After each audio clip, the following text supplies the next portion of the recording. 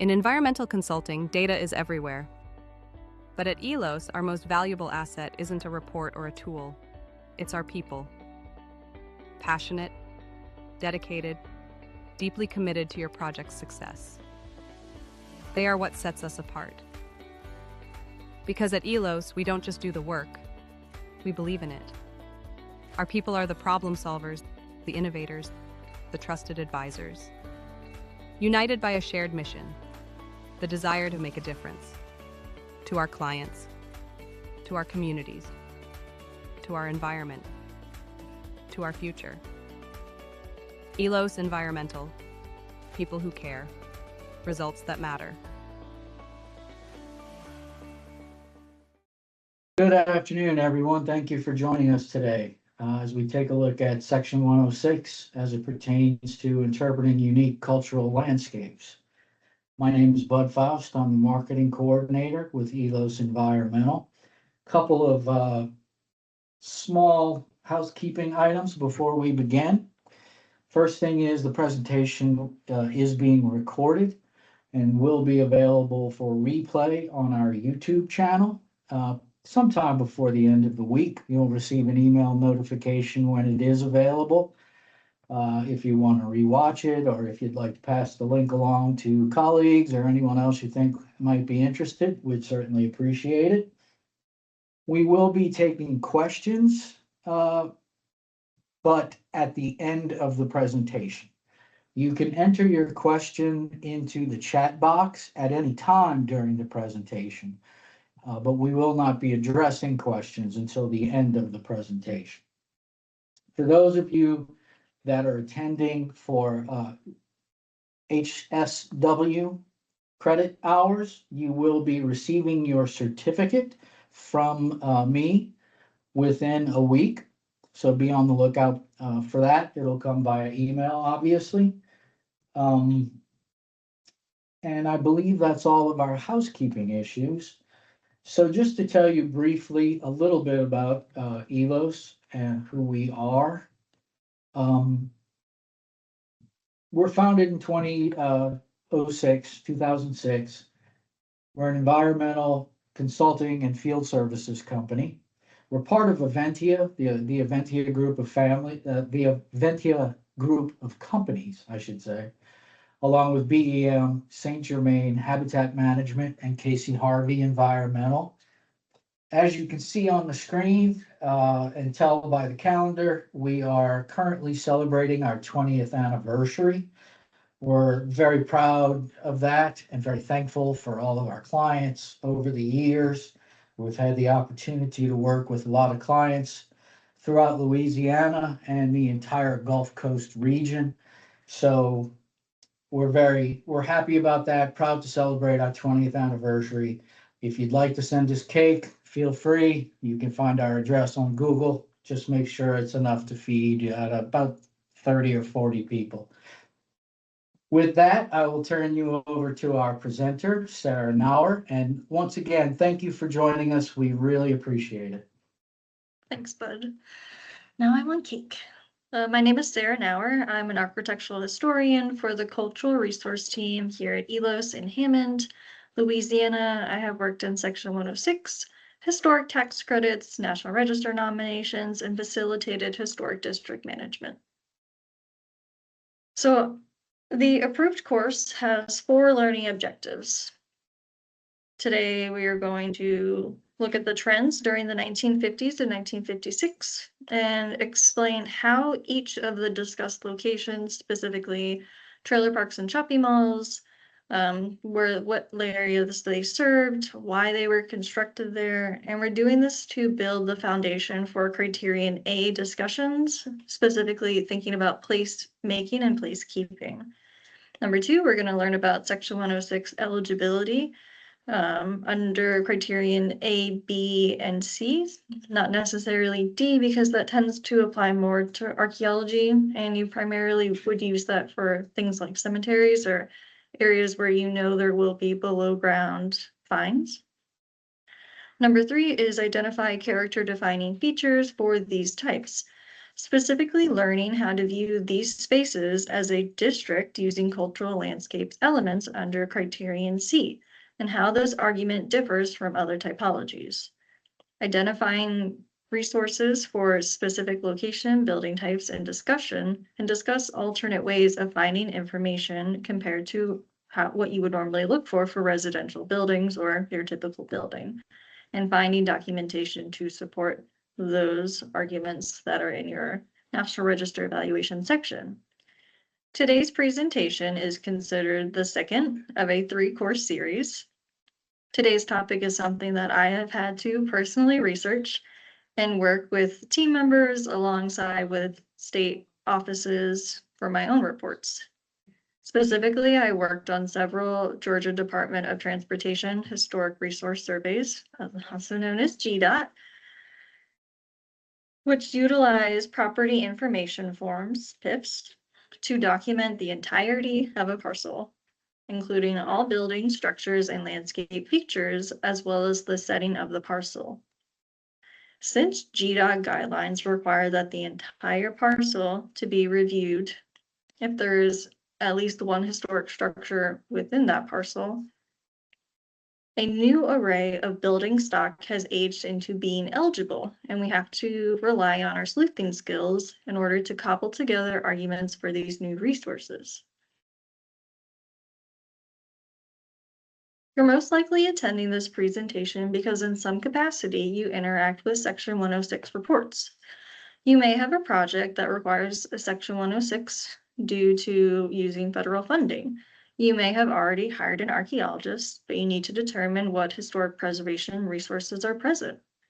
You have some knowledge of the area, you have access to public right-of-way to look at the building. You have or know someone that has access of architectural feature terminology. You have, and you're in need of guidance on how to identify what is historic and how to write about it. Or you've previously attended the last webinar and are just curious. Either way, thanks for being here. So to start, let's look at how to go about identifying historic resources within your project. Please keep in mind that we are looking for changes that occurred at or before 1976 due to the historic age cutoff date being 50 years ago, which is 1976.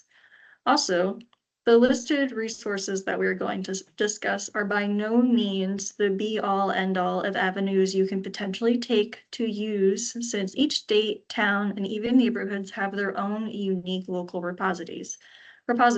So be sure to look at everything.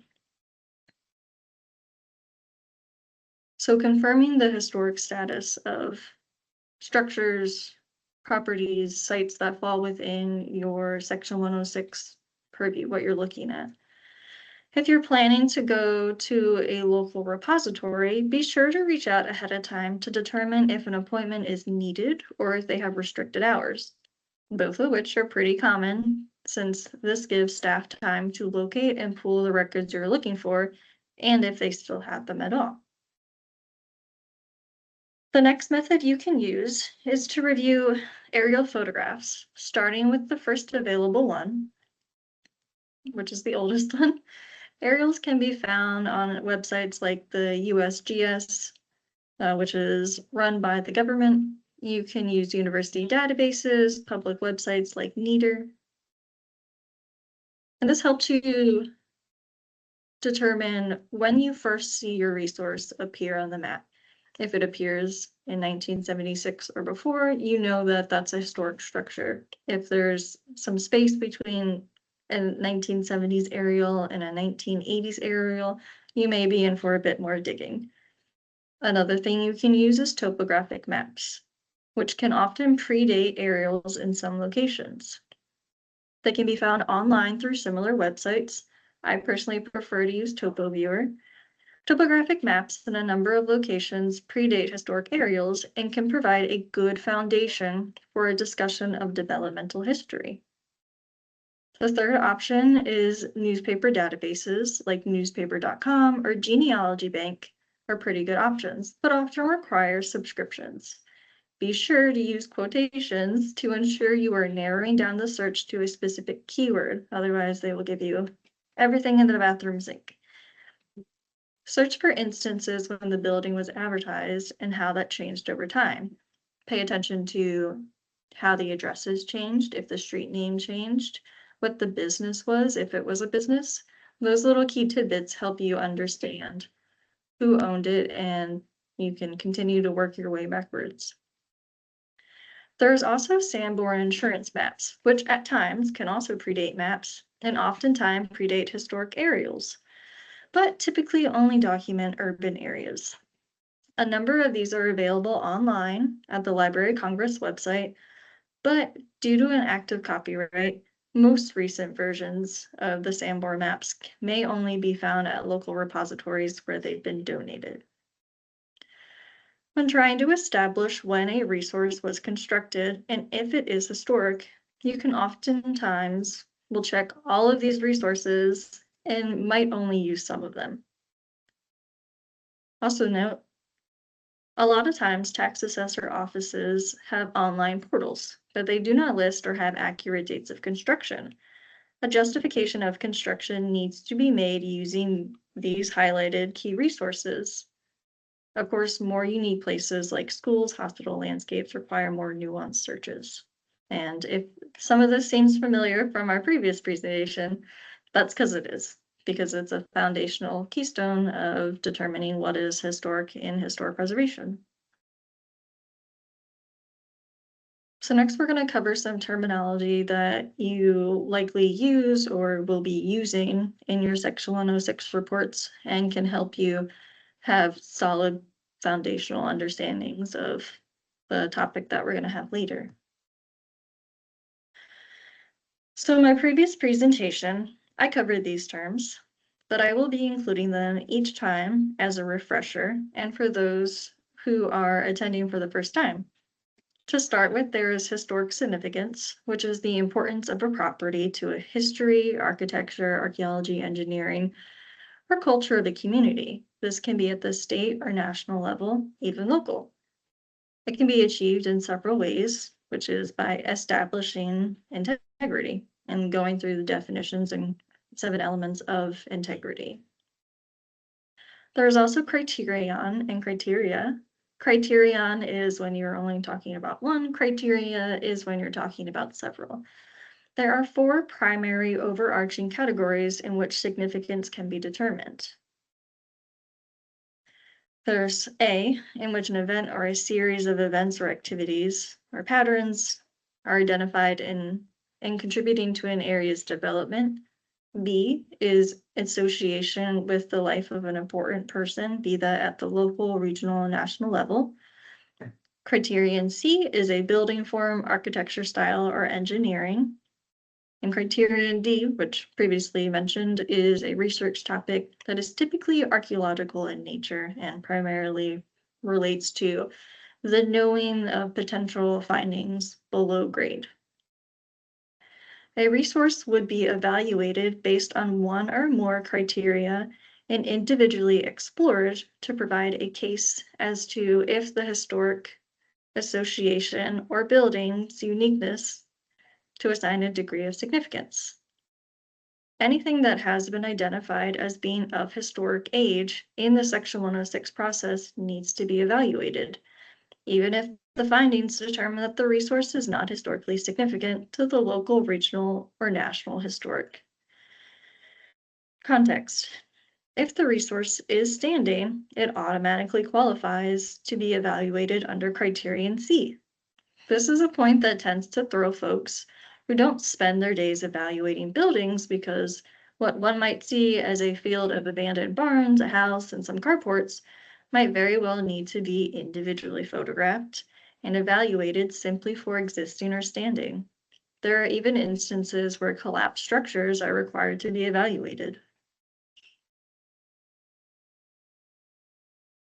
When reviewing historic resources, we take the aspects of integrity into consideration, especially when they're related to criteria C and D and in landscape reports. Historic integrity is the authenticity of a property's historic identity. Identity is evidenced by the survival of physical characteristics that existed during the property's prehistoric or historic period. Not only must a property resemble its historic appearance, but it must also retain physical material, design, features, and aspects of construction dating from the period when it attained significance. The integrity of an archaeological resource is generally based on the degree to which the remaining evidence can provide important information. That's just to show the contrast between buildings and archaeology. In order to establish integrity, there are 7 aspects that go along with it. All 7 qualities do not need to be present for eligibility as long as the overall sense of the past time and place is evident. Those aspects are location, design, setting, material, workmanship, feeling, and association. Today, I'm not going to dive any deeper into these aspects, but encourage anyone who doesn't know what those are to review the National Park Service bulletins and guidelines that discuss evaluating integrity. A quick Google with those terms will get you in the right direction. Another helpful aspect that can be taken into consideration is a historic context, which narrows down the focus of a criterion that you've selected. Areas of significance is a theme of organizing properties into a coherent pattern based on elements such as environmental, social, ethnic groups, transportation networks, technology, or political developments that have influenced the development of an area during one or more periods of prehistory or history. A theme is considered significant if it can be demonstrated through scholarly research to be important to the American history at the local, state, and national level. You can pick one or more. However, the more you pick, the more you have to explain. There are over 30, I believe, areas of significance that you can apply. For our discussion today, these highlighted areas would be the ones that you would most likely use. Again, the more you pick, the more you have to explain. It's a good practice to pick no more than 3 when applicable. I typically will use community development and planning and commerce, because primarily we tend to look at commercial corridors. During this discussion, it would be helpful to understand 2 additional terms, placemaking and placekeeping. These are the phrases used to discuss layered time within a given place, like a row house that has been occupied by 4 generations, layered and still in use. A helpful way to think about this is a city block within a dense city that has been cleared and replaced with a park, or a school complex that has been turned into an apartment building. If these are new terms to you, I would recommend also looking into these further. There's a lot of really good literature specifically on placemaking and placekeeping and how it relates to urban social like coordination, and it's really interesting stuff. I really like it. When thinking about placemaking and keeping, it's helpful to retain a loose framework in your mind. The purpose behind framing this discussion with elements used for a cultural landscape is that it shows different ways of thinking compared to how one might approach a solitary building or a structure. So the timeline presents where things fall within that 50-year cutoff. In this year, 2026, the cutoff is 1976. In the year 2030, it's going to be 1980. Next is cultural landscape. Cultural landscapes are historically significant places that show evidence of human interaction with the physical environment. Their authenticity is measured by historical integrity, which we've already defined, or the presence and condition of physical characteristics that remain from the historic period. The image shows the 13 aspects that a cultural landscape, district, or a larger complex might retain. that are of historic significance to the character and integrity of the location. For our overarching discussion on trailer parks and strip malls, we will rely heavily on these categories to provide a sound argument and terminology. And you will hear me continue to flip between using the term cultural landscape and district, because at the end of the day, we will often be attempting to quantify these things as a district with cultural landscape aspects. Before we hop into trailer parks, here's a quick background. Unique landscapes, like a golf course, originally didn't fall within the criteria outlined from the National Park Service. In fact, the National Register listing of a place like the Rock Creek Golf Course was one of a few similar sites to develop the context and lead the discussions in viewing landscapes and districts that weren't your traditional park, school, and other similar historic sites. It wasn't until the 1990s when these other types were given proper consideration and fortunately resulted in the development and revisement of context for them.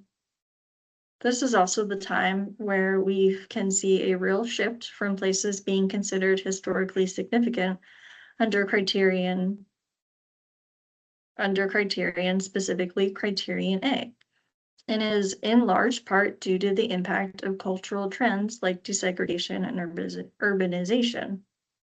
Previously, things were typically only listed under criterion C specifically for architecture and academic style.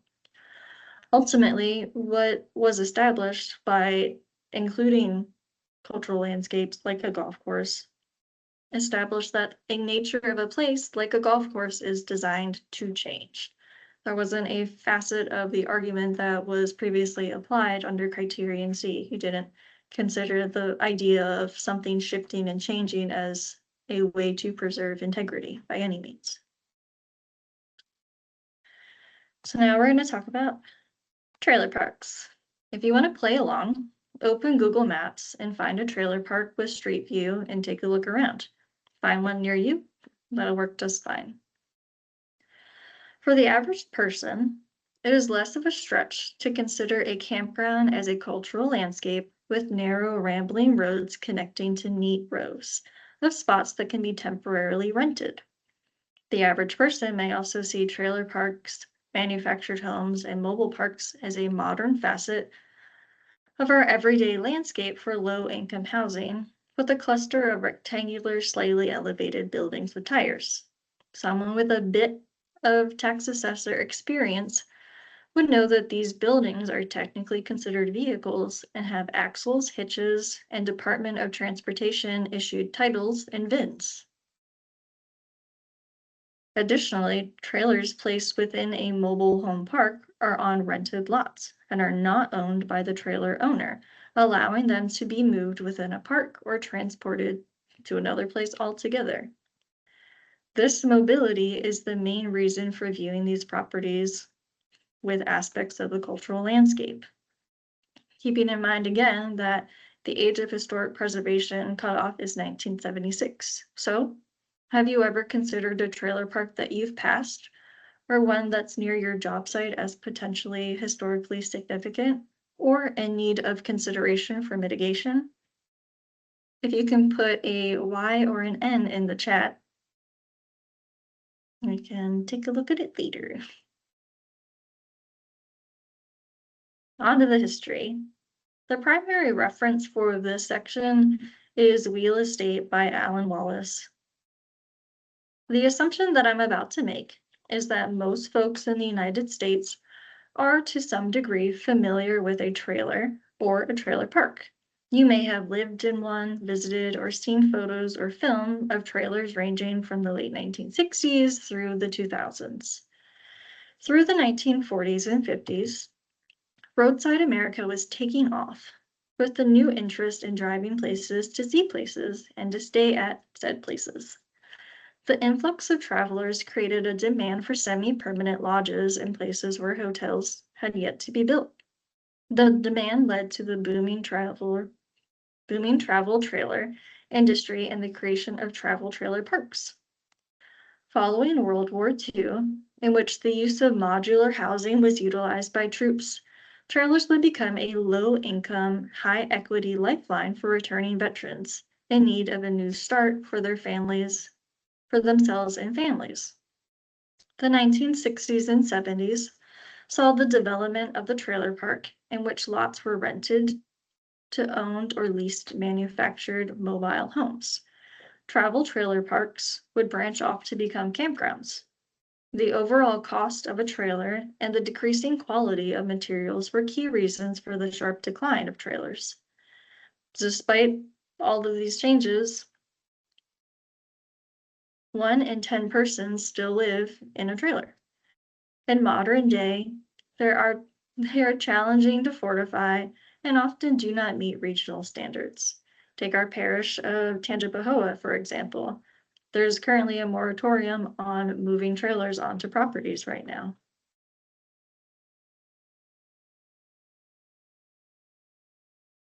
So in an effort to have a way to evaluate and discuss things like trailer parks, the following cultural landscape elements can be applied, and the identified elements that have changed to identify elements that have changed, remained, or were meant to be changed all along.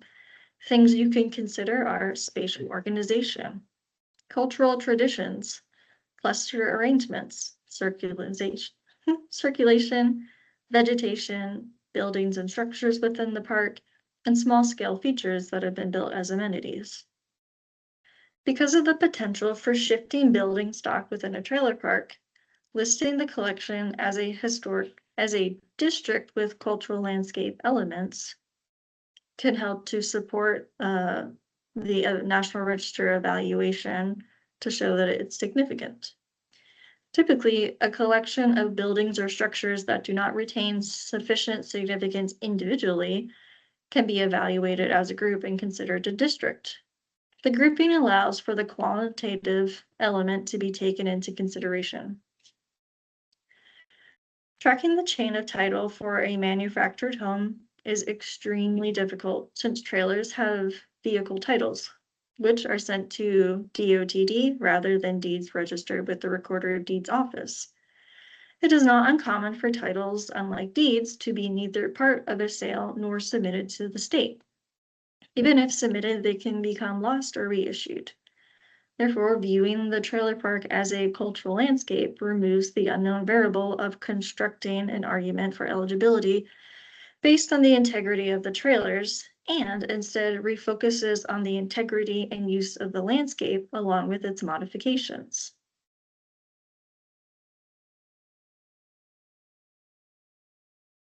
Things that you would be looking for to support these elements that were identified in the previous slide are: what is the overall percentage of structures within the trailer park that are over or under 50 years? Are individual lots laid out formally along interior streets? Are there permanent and purposeful features on individual lots for landscaping? Do the trailers exhibit additions or elements of permanence? Are there sheds? Is there signage placed at the entrances of the park? What amenities are present and potentially original? Looking at historic aerials, is it possible to determine what landscapes have persisted? Checking all of these boxes, however, doesn't necessarily make it significant.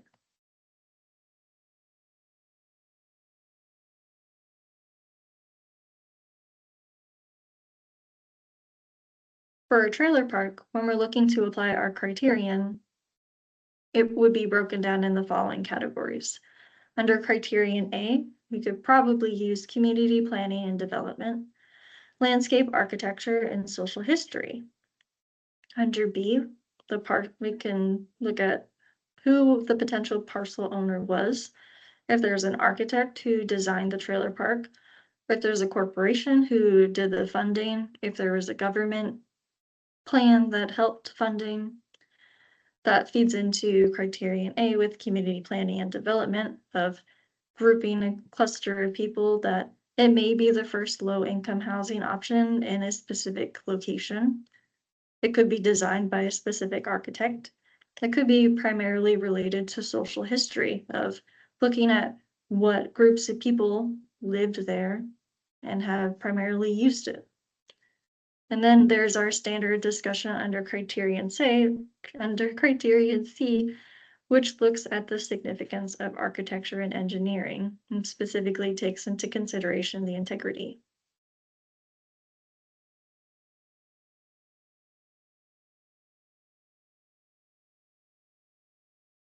Now we're going to take a break. So give yourself a minute, stretch, walk around your desk, and we'll pick this back up to talk about shopping centers.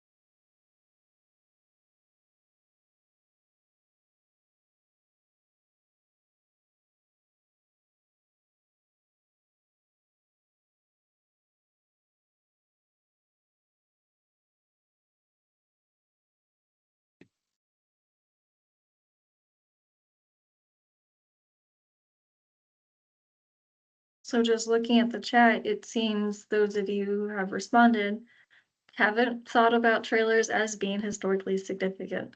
And that's where I was too. It wasn't until I had to look at it critically for a GDOT project that I had to stop and go, wait a minute, how am I supposed to view this? And like, do I look at every single trailer? No. It's easier to look at it as a district, and there's enough significance there to support criterion A.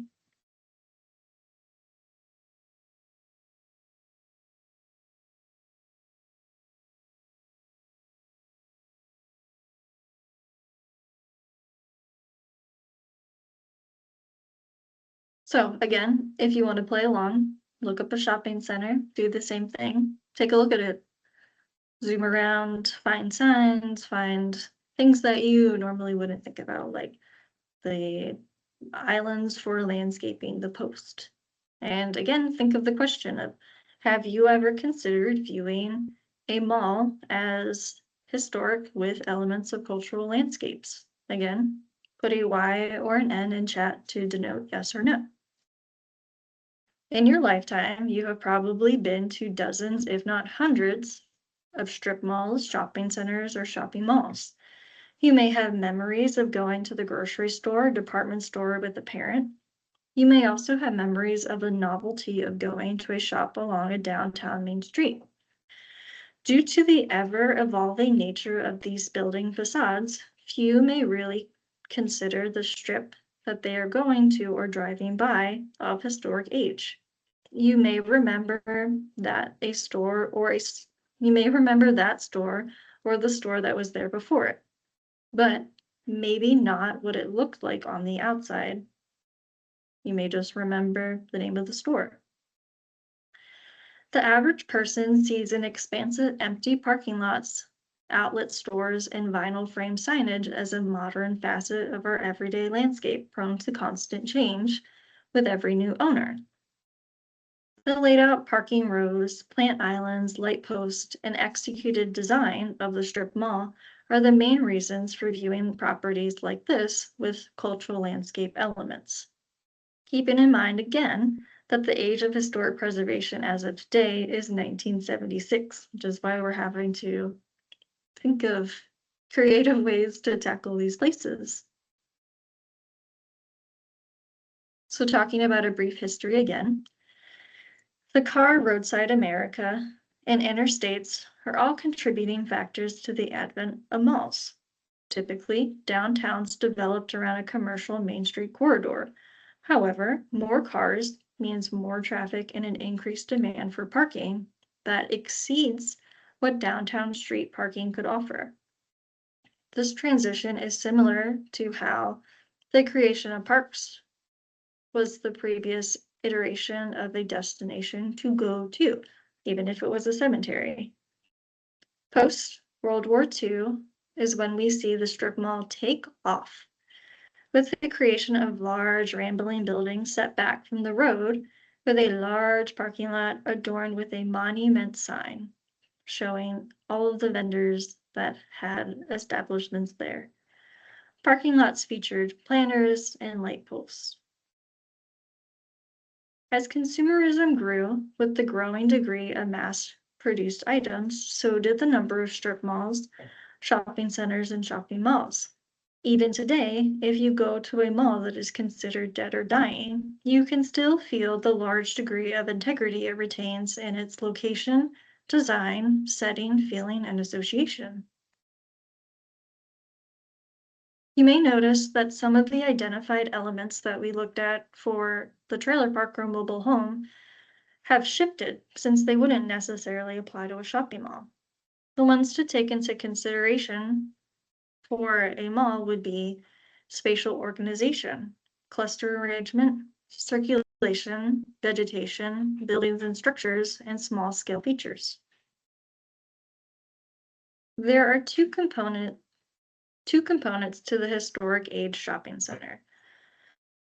Malls and strip malls. There's the buildings themselves and the location of buildings and the design of the parcel. We will be focusing only on the design of parcel and not on the aspects of the building facade. When evaluating, elements to look for are, again, if the overall percentage of the structures within the parcel are over or under 50 years old. What is the design of the mall?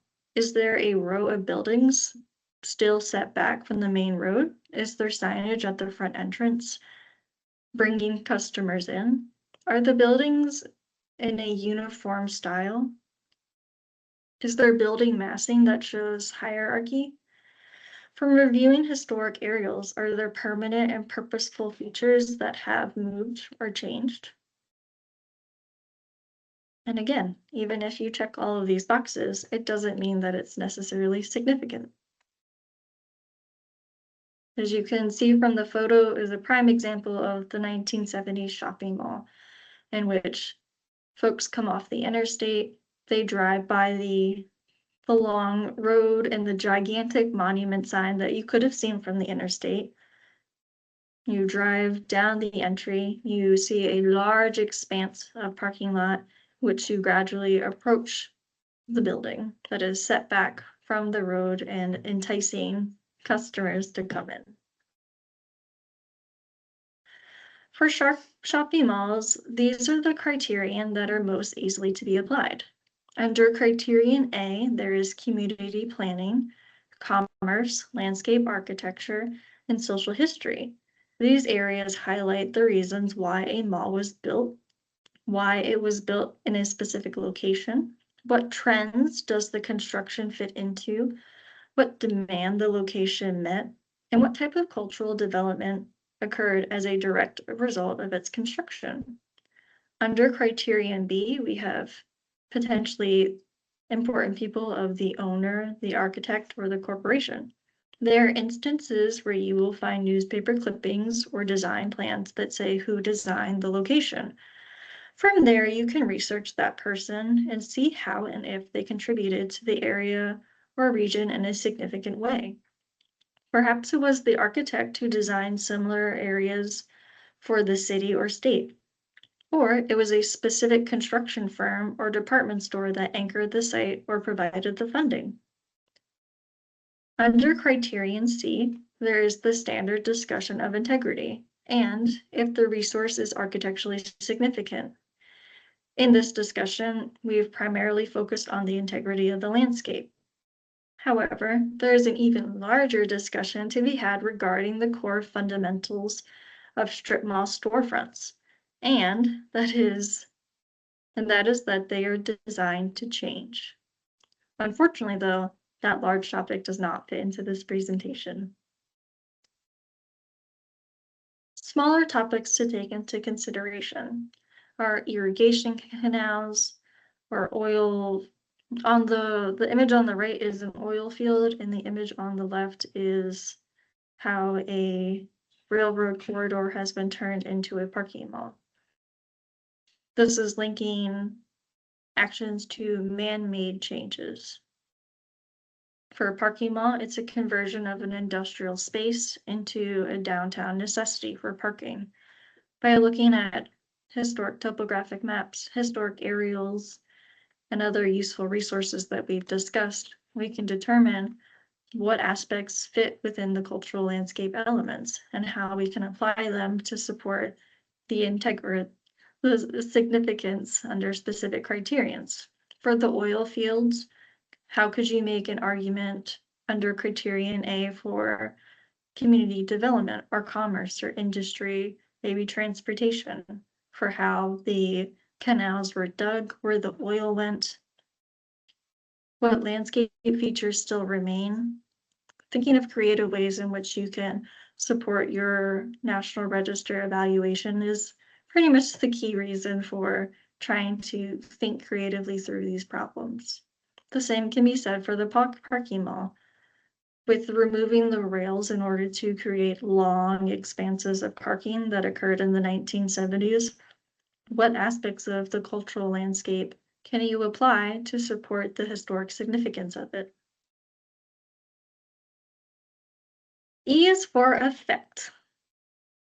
How the important aspect of determining that something is historically aged and then determining that it's significant is that you have to determine the effect. So, how could the integrity of the identified resource be impacted by the project or its byproducts? So your project, the reason that you are looking at historic resources in the first place, how will that affect the identified resources? Under design, is this going to be a taking? Is it going to require a new setback, new entrances, a new relocation and paths? And this is specifically talking in the context of how your project might affect malls and trailer parks and other similar unique landscapes that are districts that use cultural landscape elements but fall under criterion A and C. Under setting, is the road being widened from 2 lanes to 4 lanes for the creation of a sidewalk? That would alter the setting. Will the area be impacted due to change in design and setting, in which the integrity of feeling and association would be significantly impacted? Areas that are unlikely to be impacted are things like materials, workmanship, location. Location most likely won't ever be impacted unless 100% of the mall or 100% of the trailer park is completely relocated. Other ways to mitigate effects could be maintaining a tree line or screening the property from the road, protecting the entrance of the property and landscaping near the project area. Having identified elements that we would look at as being significant, those are the things that need to be taken into consideration when we're thinking about effects. Where are the construction vehicles being staged? Where is traffic going to now flow through? Will the implementation of a turning lane and the widening of the road change the overall landscape of the trailer park of the mall? These are things that need to be taken into consideration. So now we're going to recap. So hopefully at this point we have completed our learning objectives of looking at trends, learning how to think about section 106 and applying under A and C and B and our aspects of integrity. We have looked at character defining features for our types. We have identified resources for their specific location and discussed alternate ways of finding information. So in the years to come, there will be more and more unique landscapes and districts that we need to take into consideration. We will have to figure it out. We will have to continue to search and keep research materials updated. currently there are very little to no contexts that talk about these topics. And in years to come, in 2030, in the 1980s, or the historic age will be the 1980s. And 2100, the cutoff is going to be 2050. Those are things that we have to think about making context for as we continue in historic preservation. So keep that in mind. So the next in our series is going to be the 1970s to 1976, the era of the gas station, returning to strip malls to look at the facades, fast food buildings, and hotels.